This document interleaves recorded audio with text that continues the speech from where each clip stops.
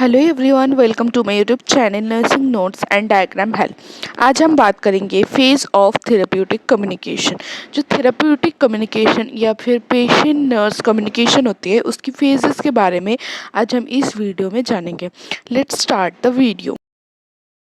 Phases of therapeutic communication. Introduction. Therapeutic communication is a vital skill in nursing that fosters a supportive and healing environment for patients. Therapeutic communication एक vital skill होती है nursing में जो एक patient के लिए helpful and supportive environment को create करती है. It involves international and professional interaction that enhance the patients emotional wellbeing. ये एक ऐसी प्रोफेशनल इंटरेक्शन होती है जो पेशेंट की जो इमोशनल वेलबिंग है उसे इम्प्रूव करती है. Encourage expression. पेशेंट अपने आप को एक्सप्रेस इजीली कर पाता है. And promote understanding. And understanding को ट्रस्ट को बिल्ड करने में भी ये हेल्पफुल होते हैं थेरेप्यूटिक कम्युनिकेशन. नेक्स्ट आता है definition of therapeutic communication. Therapeutic communication is a process in which the nurse consciously influences a patient or helps them better understand their own situation. इसमें थेरेप्यूटिक कम्युनिकेशन में एक ऐसी process होती है जिसमें एक नर्स इन्फ्लुएंस करती है एक पेशेंट को कि वो अपने आप को वो नर्स के साथ ज़्यादा इंटरेक्शन कर पाए, ट्रस्ट बिल्ड हो पाए एंड वो अपना जो थॉट प्रोसेस है, वो थिंकिंग प्रोसेस है, वो नर्स के साथ शेयर कर पाए. Their own situation through verbal and non verbal interaction. ये verbal and non verbal interaction के थ्रू वो अपना इमोशन को शेयर कर पाए. It is patient centred, goal directed and aimed at improving health outcomes. ये एक प्रोफेशनल कम्युनिकेशन होती है जो पेशेंट ओरिएंटेड होती है एंड ये गोल ओरिएंटेड होते हैं. ये गोल ओरिएंटेड इसलिए होते हैं क्योंकि इसमें जो नर्स का मेन मोटिव है वो पेशेंट की वेलबींग हेल्थ को इम्प्रूव करना and aim to improve health out. Next is phase of therapeutic communication. Therapeutic communication occurs in four distinct phases. Therapeutic communication four distinct phases में divide किया है. First is pre interaction phase. The nurse prepare for the interaction before meeting the patient. एक nurse prepare करते हैं अपने आप को एक पेशेंट से इंट्रक्शन करने से पहले अपने आप को वो प्रिपेयर करते हैं. Involves reviewing patient history. वो पेशेंट की हिस्ट्री को रिव्यू करते हैं. Assessing personal attitudes. पेशेंट के बारे में वो ज़्यादा जानते हैं, उसके पर्सनल एटीट्यूड्स के बारे में जानते हैं. And setting communication goals. And वो सेट करते हैं कैसे उन्हें कम्युनिकेट करना और उसका कम्युनिकेशन का मेन मोटिव क्या है वो इस फेज़ में सेट करते हैं. नेक्स्ट इज ओरिएंटेशन फेज़ या इंट्रोडक्शन फेज़. ओरिएंटेशन फेज़ या इंट्रोडक्शन फेज़, इसमें जो नर्स होते हैं वो establishing trust and report with the patient. वो अपने पेशेंट के साथ इंट्रोडक्शन करते, वो अपना इंट्रोडक्शन देते पेशेंट को एंड इसके साथ वो इंट्रोडक्शन के थ्रू पेशेंट के मन में उसके लिए ट्रस्ट बिल्डअप करता है. Next is identify patient concern, setting expectations and defining roles. इसमें जो नर्स होती है जो इंट्रोडक्शन फेज में वो पेशेंट कंसर्न को आइडेंटिफाई करते हैं, एक्सपेक्टेशन को सेट करते हैं एंड डिफाइन रोल्स. एंड अपना जो रोल है उसका क्या वर्क है उसे डिफाइन करते हैं.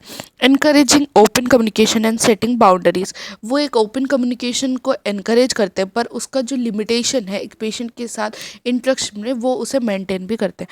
Third phase is working phase.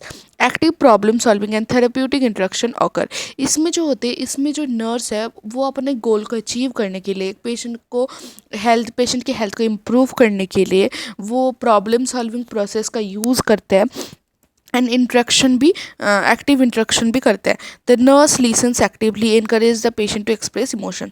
इसमें जो नर्स होते हैं वो एक्टिवली पेशेंट की जो थॉट्स होते हैं वो सुनते हैं एंड एक्सप्रेस पेशेंट को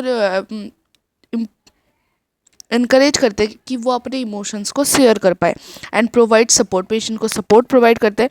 includes intervention such as clarification, validation and providing information.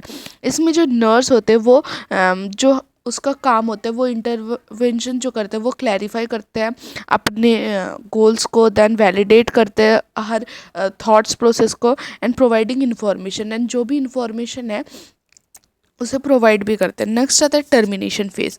Termination phase या goodbye phase. In this phase marks the conclusion of the therapeutic इंट्रक्शन.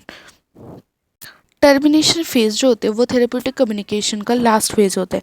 Marks the conclusion of the therapeutic instruction, summarising the key discussion, summarise करते थे हर चीज़ को, evaluating progress को evaluate करते हैं कि patients पहले कैसे आए थे और उनका हेल्थ में इम्प्रूवेशन हुई है या नहीं, and preparing the patient for independency, and patient को प्रिपेयर करता है इंडिपेंडेंसी के लिए कि वो अपना खुद का वर्क खुद से कर सके।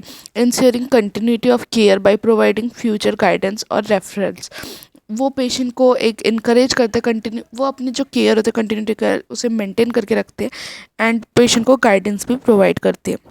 इस फेज़ में नर्स पेशेंट को health education and referral services भी प्रोवाइड करते हैं। Next is importance of therapeutic communication. Therapeutic communication की इम्पोर्टेंस क्या होते हैं, क्यों करते हैं हम therapeutic communication? Build trust and report between nurse and patient, एक ट्रस्ट बिल्ड करते हैं नर्स पेशेंट के बीच में थेरेप्यूटिक कम्युनिकेशन के थ्रू, एक आईपीआर मेंटेन करते हैं। Enhances patient comfort and emotional wellbeing, जो पेशेंट की कंफर्ट है उससे इन्हेंस करते हैं कि पेशेंट उस एनवायरनमेंट में अपने आप को कंफर्टेबली रह सके एंड वो अपना इमोशंस को शेयर करना सीखे, क्योंकि जो पेशेंट होते हैं वो इमोशनली भी वेल नहीं होते, इस कारण उसका जो हॉस्पिटल का एनवायरनमेंट है उस टाइम उन्हें अच्छा नहीं लगता, तो उस एनवायरनमेंट में उसे कंफर्ट प्रोवाइड करने के लिए एक नर्स इंपॉर्टेंट रोल प्ले करते हैं। Promotes effective patient education and understanding, इसमें जो नर्स होते हैं पेशेंट की जो इफेक्टिव पेशेंट को एडुकेशन प्रोवाइड करते हैं, हेल्थ एडुकेशन प्रोवाइड करते हैं एंड उन्हें समझने की भी कोशिश करते हैं। Encourages open expression of feelings and concern, उन्हें इनकरेज करते हैं कि वो ओपनली फ्री होकर अपना जो एक्सप्रेशन है, इमोशंस है, वो से शेयर कर पाए। Helps in accurate assessment and diagnosis, इसके थ्रू एक जब नर्स एक ट्रस्ट बिल्ड करती है पेशेंट के साथ, तो पेशेंट अपना जो प्रॉब्लम है वो नर्स के साथ शेयर करते हैं इजीली। इसके लिए असेसमेंट और डायग्नोसिस फाइंडिंग्स भी इजीली हो जाती है। Supports patient cooperation and adherence to treatment, patient को अपने ट्रीटमेंट के जो फेज़ होते हैं उसमें सपोर्ट भी प्रोवाइड करते हैं एंड उनके साथ कोऑर्डिनेट भी करते हैं।